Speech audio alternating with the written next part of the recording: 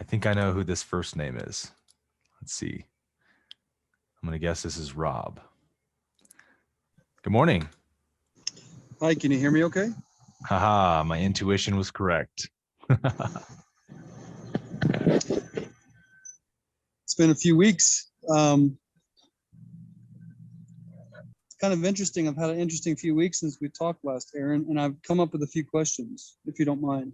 Yeah, that's what we're here for. I'd like to say thank you for the spiritual ego video. That was definitely unearthed some moles for sure, man.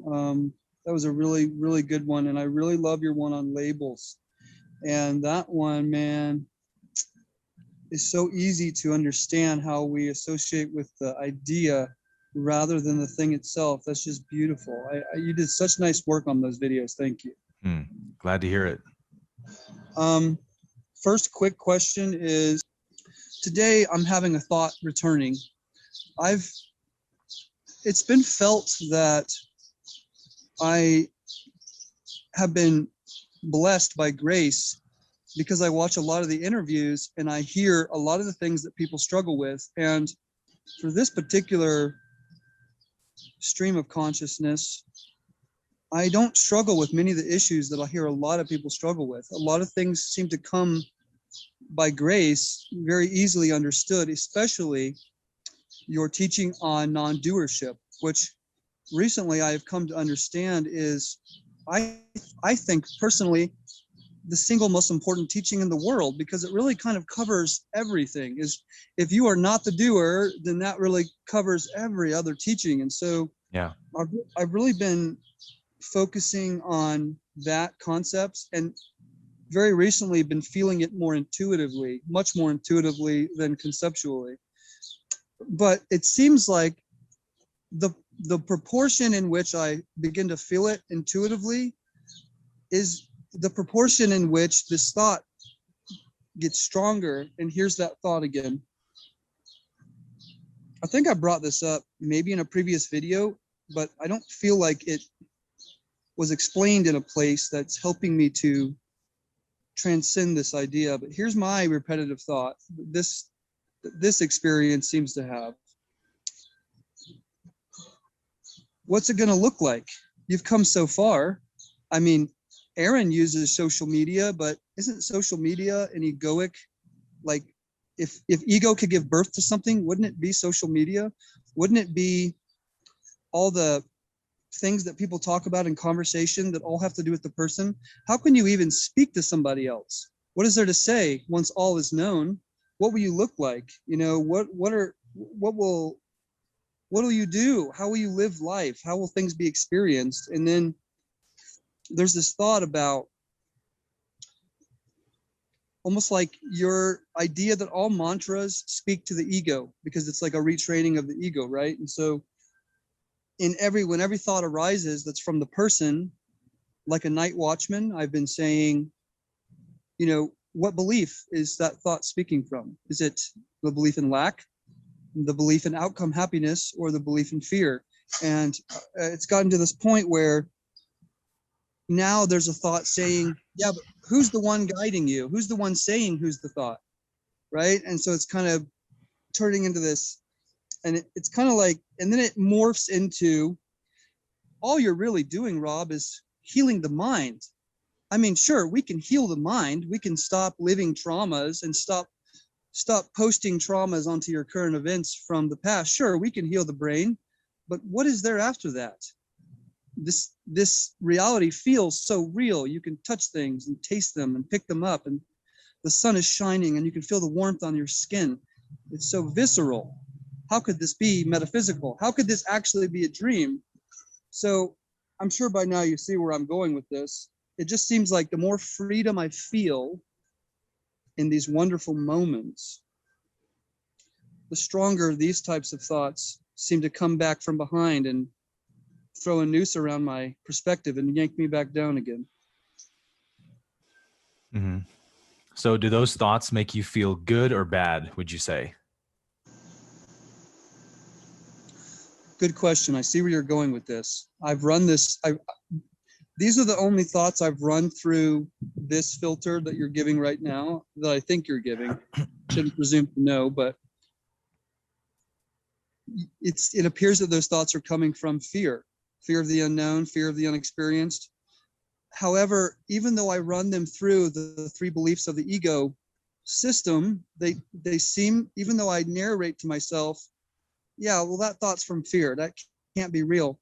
There's this shred that I can feel. I feel this little shred inside somewhere that just doesn't quite believe it. And I'm trying to know for the mind. I'm trying to know for it, because on days that I'm having this cosmic consciousness, I've had these experiences on Q&A days, and I'm like, there's no question in the world I could possibly ask Aaron. Everything's fine. Everything's as it should be. I don't need to ask anything. And then there's this, when that perspective fades, there's that, yeah, but what if all we're doing is healing? And that's all there is to it. Yeah, I've run it through that little test. So let's take it to self-inquiry then. Who cares that the mind doesn't believe it?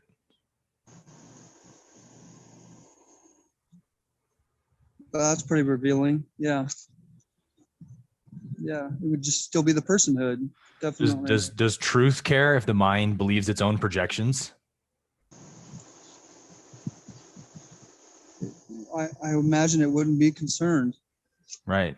Yeah. The mind is just a feedback loop anyway. It's designed to reinforce itself. And so, of course, when you begin expanding your awareness of reality, the ego, the mind begins losing its stranglehold on you. You know, the ropes begin to snap and break. And so it panics and tries to get some territory back by inserting doubt. And really all the mind knows is expansion or contraction. And if it feels expansion, it sends in doubting thoughts. So all you really need to be concerned with is, does this thought cause me to feel expansive or contracted?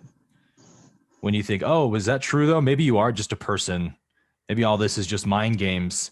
Does that thought feel expansive or contracting? Yeah. Just asking. Yeah. Yeah, that particular one feels contracting, definitely.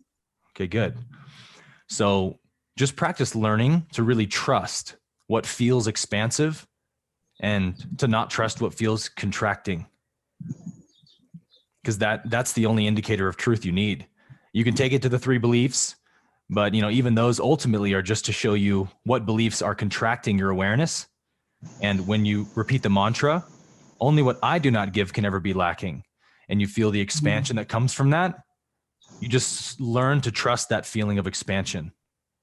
Because something intuitively says, that's right, that's true. It's expansive because it's true. Reality is expansive. Reality is infinite. Whatever limits me is coming from ignorance of reality, ignorance of infinity. It's the same thing. Yeah. Okay. Sure. Thank you. Thanks for the reminder. So would you say that this is a normal part of the journey, to have the kind of yo-yoing back and forth from day to day? Is this something that you experience yourself? Absolutely. Expect the mind to fight to get its territory back. It doesn't go without a fight, right? It goes kicking and screaming. It's had the football for how many years in a row? It doesn't want to punt. It doesn't want to give it up. Would you give me your opinion on whether or not, based on what we've talked about so far today, am I getting lost on, because back to what I was saying about one of the thoughts is, what does it look like when I'm gone? What does it look like? Who's the one reminding me that I'm not here, that I'm not real? Who's doing that? Mm-hmm. Right? So when I've been being like a night watchman with my thoughts and investigating everything, I'm trying to understand. I see photos and videos of you enjoying yourself and going out and having fun, and so even socializing and things. And I've been sitting here, investigating everything that comes up. Who is it that wants to open up Facebook? Who is it that cares if the baby's crying right now?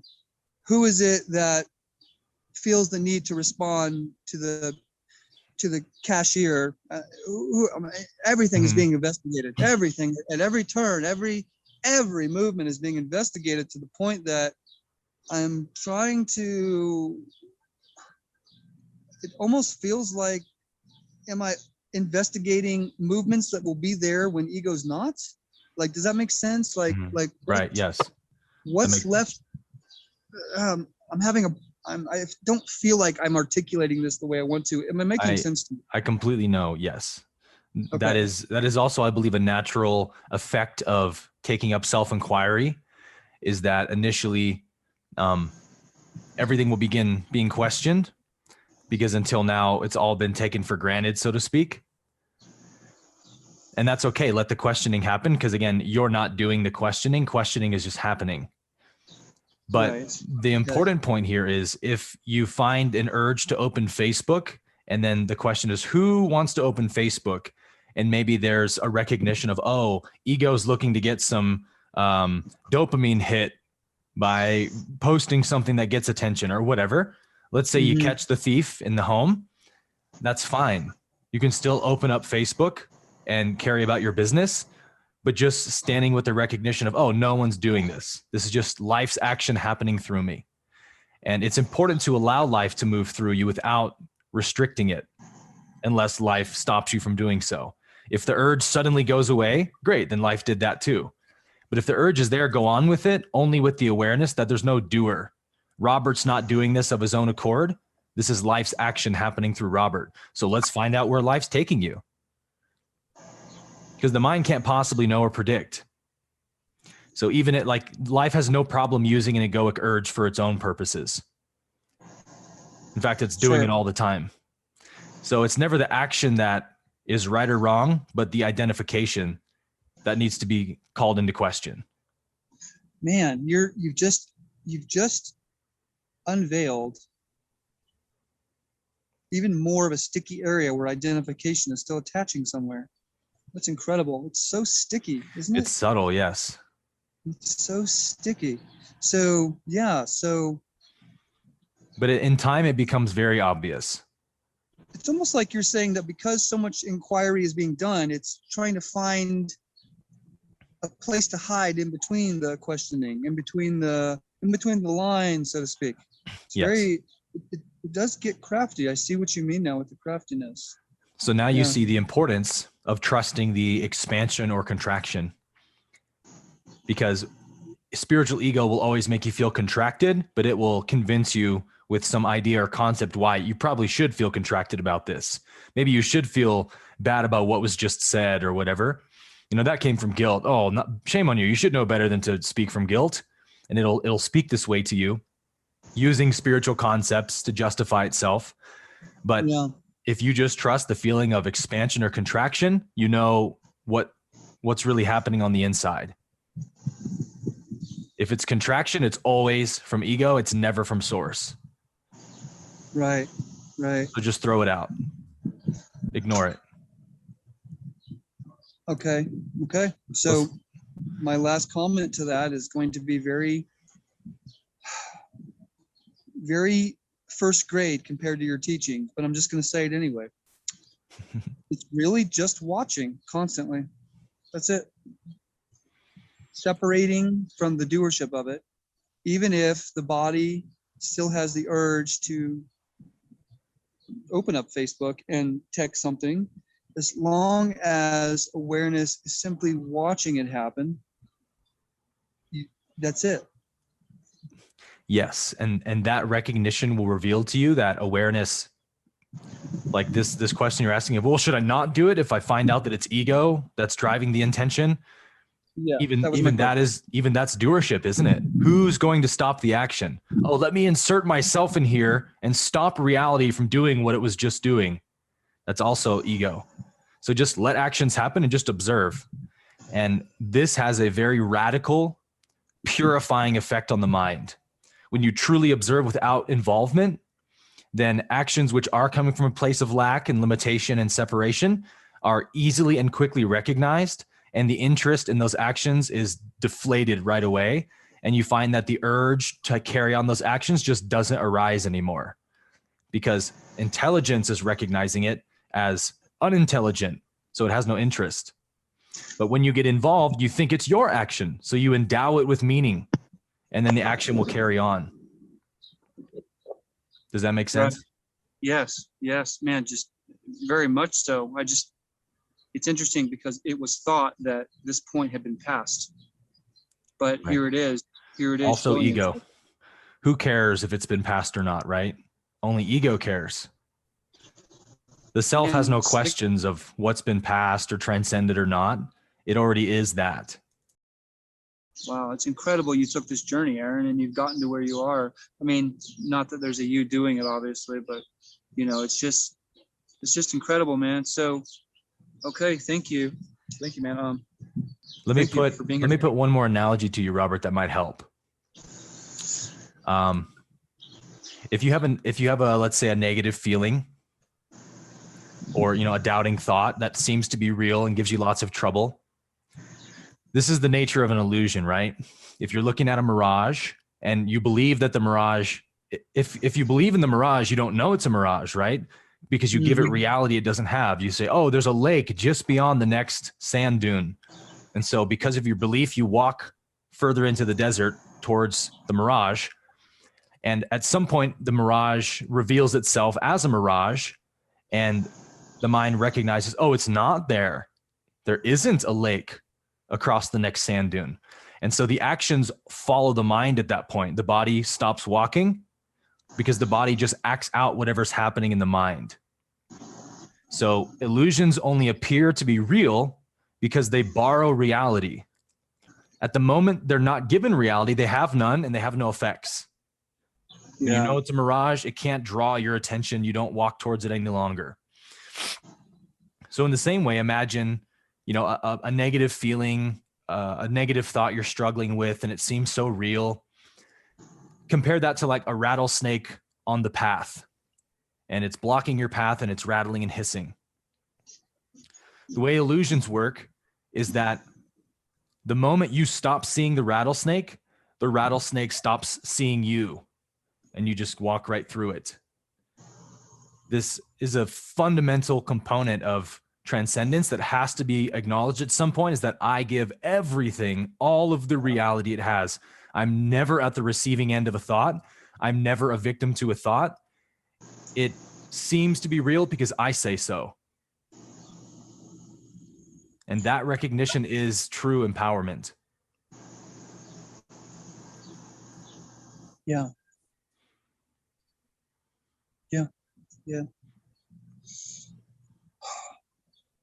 I swear some days I feel everything you just said, and then other days I'm like, where the hell did that intuitive understanding go? Back and forth. Thank you for pointing out some things today for me. Thanks for reminding me of some things, and thanks for helping me to the big me to clear some things up, man. Thank you. Absolutely. This will happen, that you'll have days of like pure insight and clarity where you seem to be just walking through heaven. Everything is so obvious. I am one. And then the next day, mind has lots of momentum. Everything seems lost again. What happened? And those are the real opportunities for expansion, when you can be in that place and not give the mind attention or significance because the mind is having problems and the mind is feeling down or whatever. And you just say, who cares? I'm the self. I'm not up or down. Only the mind is. So if the mind wants to be down today, sure. Who's saying that? The absence of mind being up or down is not transcendence. Not caring is transcendence. And so, I'm putting these recognitions into words, of course. Yeah. You don't actually self-narrate through it, of course, but these are just the insights that happen as you start paying really close attention. There's just a remembrance. Oh yeah, why do I care what the mind's up to today? If the mind's having a bad day, give it love. Just like you would a friend having a bad day. I'm not the body. I'm not the mind. I am the self. It seems to be a very like in-creeping thing that happens where your talking points on most of your videos become quicker, more quickly recognized in the moment of struggles. It becomes slowly quicker and quicker. And I've noticed a couple of these now intuitive teachings. Now, when a mind movement happens, a couple of these concepts that are no longer concepts but are intuitive understandings now, a couple of them just come up automatically without having to remind myself. I do notice that it does start to become quicker. Yeah. Yeah. All right. And the awareness that comes is also just happening. There's no doer of that. Like life led you to watch that video. Whatever urge arose in you, let me check out what Aaron posted today. You didn't do that. Urge just appeared. The body acted it out, clicked on the video, sat there and watched it. Whatever words were said created a flash of insight. You didn't do that. It just happened. That flash of insight expanded awareness so that when that thought pattern happened, there was remembrance. Oh yeah, this is just a thought pattern. That awareness just happened. Like all the way through the experience, there's no doer to be found anywhere. The divine will is happening and unfolding in the mind-body unit called Robert. And you, awareness, are just watching this movie happen. And somebody said this in one of our calls, really great point was made. I think it might've been Lawrence. A really, really good movie will get you identified with the main character, right? You get wrapped up in it and you kind of suffer what they suffer. You stress out when they're in trouble and you get really happy when they win and stuff. So it's like, just recognize what an amazing movie you're in, that you're this identified with it. But the moment you start seeing it as a movie, it becomes very clear that it is a movie. Like, I have no idea what urges are going to come up in me. Maybe I'll reach for the coffee next. Maybe I'll reach for the water next. How can I possibly know? I'll know when it happens because I'm just awareness. And that recognition is so expansive, you can't miss it. When it happens, there's always expansion. And when the not self grabs you with a thought, catches hold of your attention, you always know because you feel contracted. So just learn to trust that feeling. Expansion, contraction. Contraction, throw it out. Expansion, say yes to it. Fall in love with it. Love it. Love it, man. Thank you.